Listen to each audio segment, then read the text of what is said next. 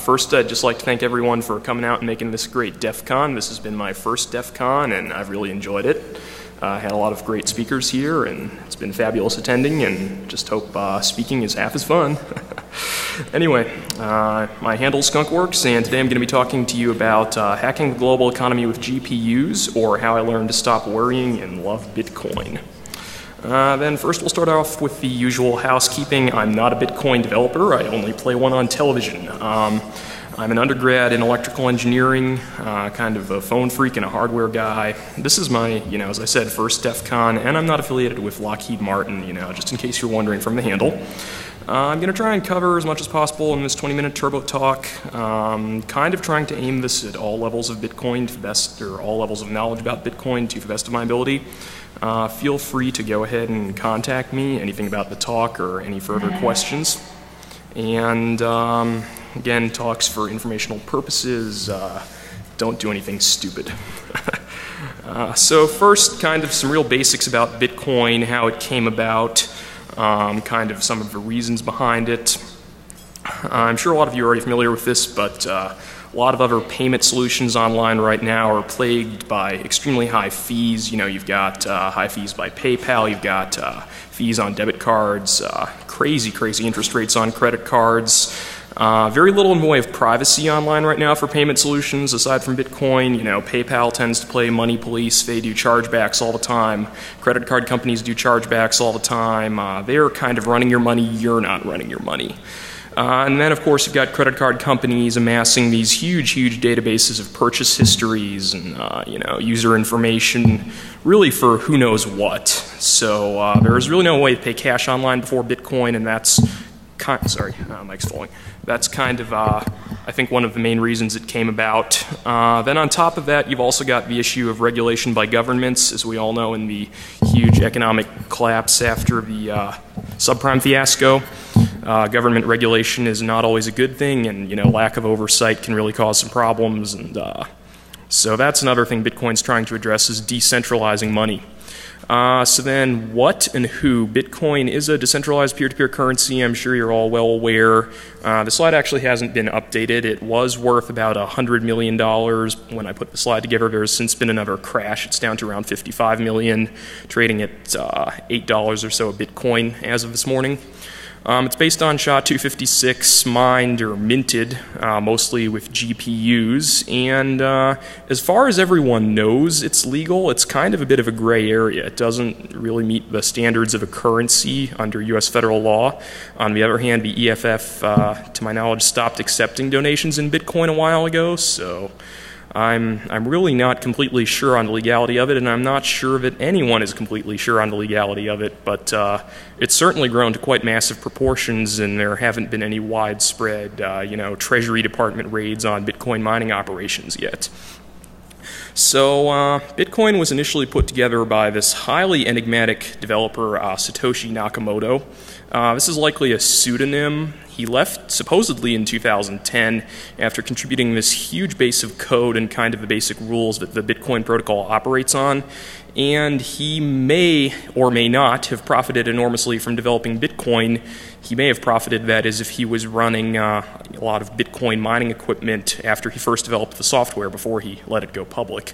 No one, again, is completely sure because of the semi-anonymous nature of Bitcoin. I'm going to touch on this a lot more later. Bitcoin is not, at least outright, a Ponzi scheme. There's no central company that's running it. It's also really not controlled in much of any manner except these core developers who just basically maintain the code and kind of keep things in running order. It's also not backed by anything. The idea is just kind of, well, you use Bitcoins and I'll use Bitcoins and we'll all say it has value. And the idea being there's scarcity behind them. You can't just kind of pull them out of thin air in great quantities. So that's kind of the idea of the intrinsic value of them, even though they're not backed by anything. So basically, you've got Bitcoin miners minting Bitcoins with generally graphics processing units, also application-specific integrated circuits. I'll get to that a little later. When people mine these Bitcoins. They're stored in a wallet.dat file, then every transaction is hashed into this big chain that kind of goes around the entire network. That's really an oversimplification. Most mining's pooled now, but that's kind of the basics of it. Then, as we move into the economics, mining is designed to become exponentially harder and harder, leading to a finite supply of roughly 21 million Bitcoins. They can be traded in quantities as little as 1/10,000,000th of a Bitcoin. As I said, they're minted now mostly by graphics processing units, but then you can also use CPUs, which are quite inefficient now, and possibly application-specific integrated circuits. That is a special piece of hardware only designed for mining Bitcoins, maybe some of the Bitcoin mining power now. It's loosely tied to other currencies via energy and equipment costs. You know, you'd think Bitcoin just being kind of this decentralized peer-to-peer currency, it would just be a completely free market. But, you know, the reality is you can only buy computer hardware mostly in US dollars, at least from the you know, central distributors, and your power costs are still going to be in US dollars. That's assuming you're in the US. If you're in Europe, it's going to be in the euro, etc. And we actually saw that a lot. There was a major deflation again in Bitcoin just last week with the entire debt ceiling fiasco, and that, you know, kind of had a ripple effect in Bitcoin. We saw Bitcoin prices dropping. Also, there was another event that kind of happened at the same time, but I think the debt ceiling was part of it. Anyway, if Bitcoin does ultimately become a stable currency, profits for mining Bitcoins are going to have to go down to zero because mining does become exponentially harder. And early adopters have definitely won big in Bitcoin. If you started mining back when Bitcoin first started out, then you made a lot of money on it.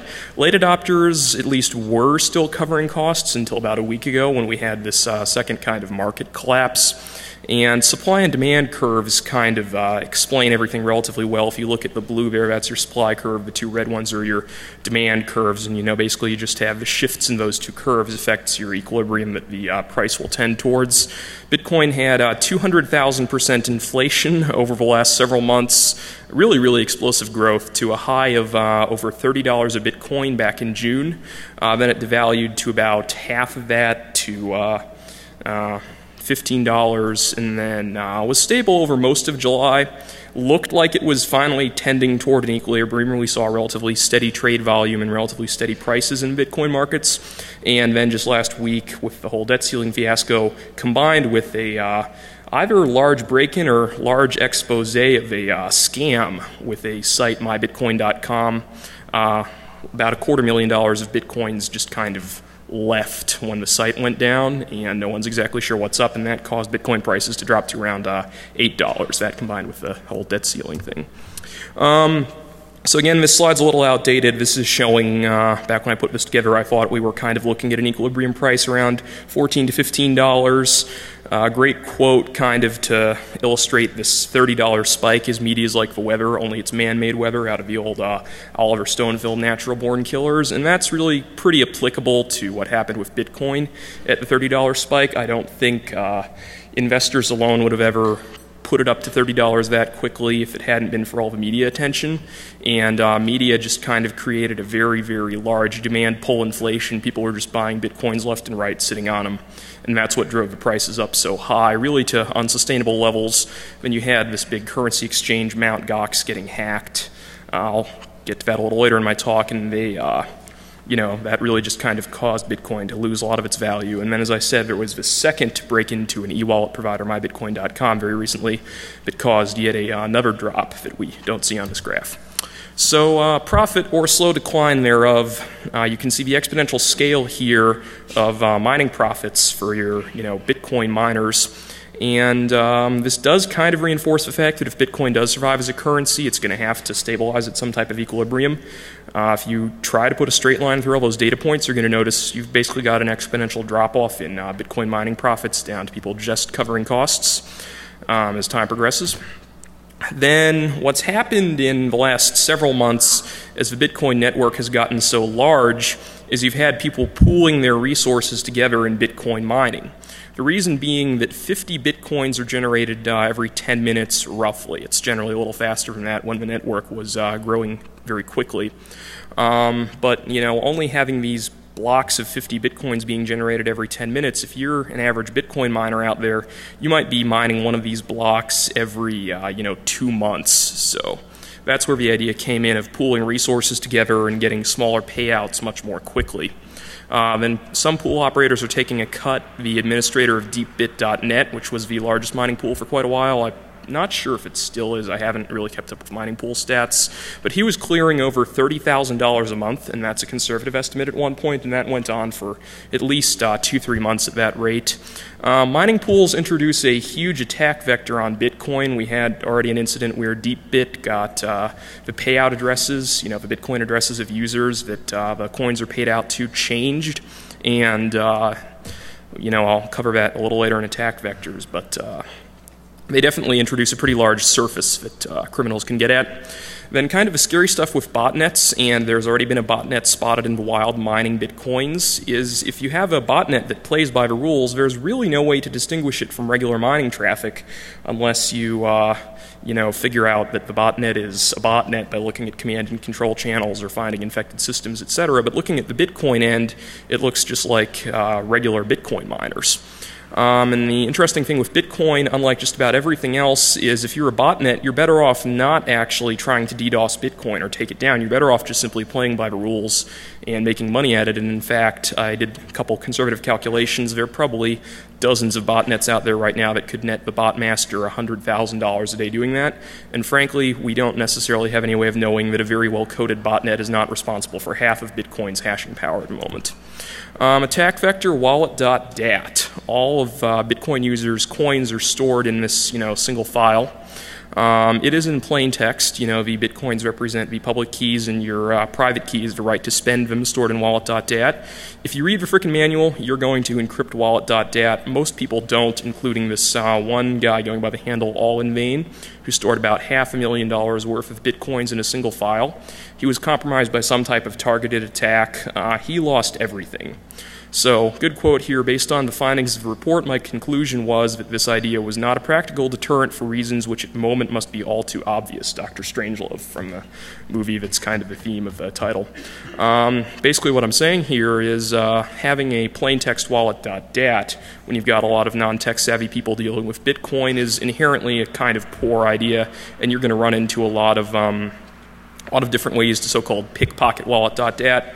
There are people who are leaving their systems wide open, sharing their entire hard drive on LimeWire.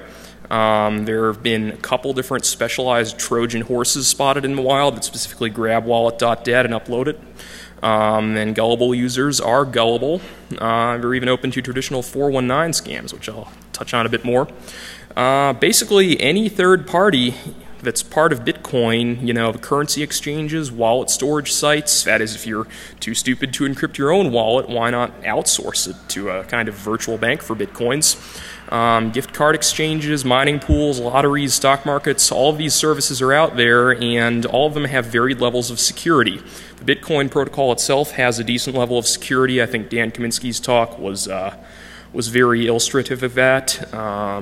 He did obviously drop that exploit, but still, the protocol in general is relatively sound, but these third parties vary very wildly in security. They're generally a lot less secure than the actual Bitcoin protocol and generally a lot less secure than established financial institutions. Had deepbit.net, the big mining pool, getting hacked into, undisclosed amounts stolen through undisclosed attack vector, changing payment addresses, and then the administrator, Taicho, reimbursed users for however much was lost. One has to think when he was making $30,000 a month, he didn't want his income to go away and might have just paid out of pocket, who knows.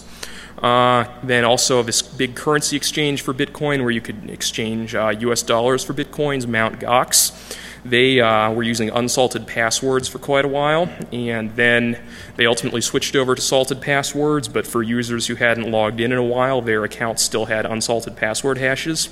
And basically what happened is someone, through, again, an undisclosed attack vector, got a hold of the username and password hash database, ran it through your run-of-the-mill hash lookup table, and got about access to $9 million worth of accounts, attempted to withdraw the money. Trading ended up freezing for about a week, and that devalued the Bitcoin market from about $200 million to about $100 million because of a lack of confidence.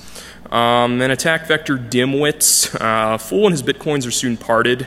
You can have traditional 419 style scams, such as I'm a Nigerian prince with 89 million bitcoins, and you can have fake gift card sites. Plenty of those have been spotted in the wild. Fake investment sites, fake mining pools, possibly. I'm not sure that we've seen any in the wild yet, but it's certainly a real possibility. Fake currency exchanges are definitely out there. No chargeback really means easy pickings. You can't call up American Express and say, hey, someone just stole 500 bitcoins from me. Can you guys do a chargeback? There's definitely an inverse correlation with tech savvy and victimization among things like this. There's really no patch for human stupidity. So if you've got stupid people using Bitcoin, you're going to run into a lot of theft. Then attack vector, whales, and HFT kind of borrowed a whale term from Las Vegas here, but anyone with enough assets can really directly move the Bitcoin market. This is kind of more an economic attack, but the idea would being that you have enough assets to exert partial market power, and then you can just sell and buy, and that would artificially inflate and deflate the price. You can pretty well camouflage that by simply splitting up all of your large accounts into a bunch of small accounts. And it's pretty hard to distinguish from regular trading when the market's fluctuating enough. Then high-frequency trading, already probably read about this on Wall Street, but that's where you have automated trading for small marginal gain repeated ad infinitum. Coupled with market movers, you can really get an unfair advantage, but the market does become harder to move the more Bitcoin grows. Then vending machines and Finny. This is the Finny attack. Basically, if you accept a transaction without having any confirmations, the attacker can create an unbroadcasted block and then send the same coins to himself in that block. Then, let's say, walk up to a vending machine that takes bitcoins, and by the time the vending machine has its transaction processed, the attacker's already sent their bitcoins to himself instead of the vending machine. So, pretty simple solution around this is to just have some type of stored value card where you require instant transactions. If you need to use bitcoins at 7-Eleven or a vending machine, you just go ahead and load up your stored value card and then you use that. BRB FBI. So, yeah. Dan Kaminsky already really touched on this a lot. I'm going to skip over a lot of this, but the basic thing is a lot of what's done in Bitcoin is public, the addresses, the transaction records. In theory, as far as anonymity goes, this in and of itself wouldn't be a problem. What ends up happening, though, is you've got a lot of users, like he said, on forums who are, posting, hey, donate to my Bitcoin address, or, you've got people reusing the same Bitcoin addresses over and over again. And what you can do, and what Reed Harrigan showed in their paper, I'd highly recommend everyone to go out and read that paper, is that Bitcoin is really not that anonymous, unless you're sitting around war driving 10 towns away, It's just not that anonymous, and sites like Silk Road have really started to give it quite a bad name. But basically, don't be surprised if the party van rolls up if you're doing illegal stuff on Bitcoin. Then we've got application-specific integrated circuits. Already kind of talked about this, but the idea behind it is you've got a specialized piece of computing hardware, specialized chip that would be custom-built just for mining Bitcoins or just for doing SHA-256. Very high upfront development costs in this, but they're much more efficient than using graphics processing units for mining Bitcoins.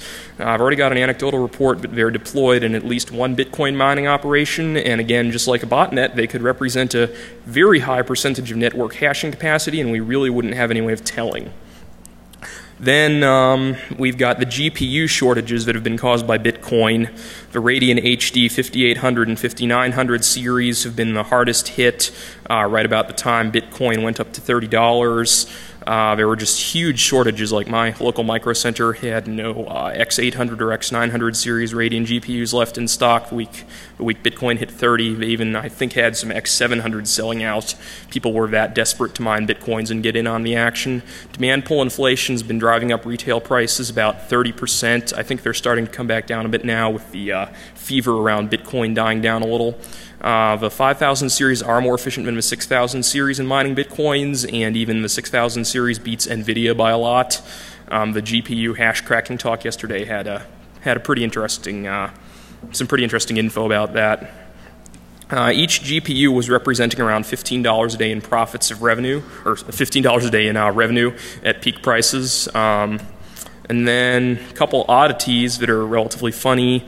We've run across a couple Anecdotes of Bitcoin miners suspected of growing marijuana because they've had very high electric bills. They've been raided, and it turns out, well, they're farming currency.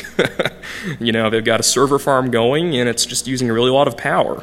There's one Bitcoin miner also who suffered brain damage after heat stroke. He slept in an unair-conditioned room with a bunch of mining rigs, and, you know, don't do that. But Coin.org has a lot of pretty good humorous stories like that. And that's pretty much it. Any quick questions?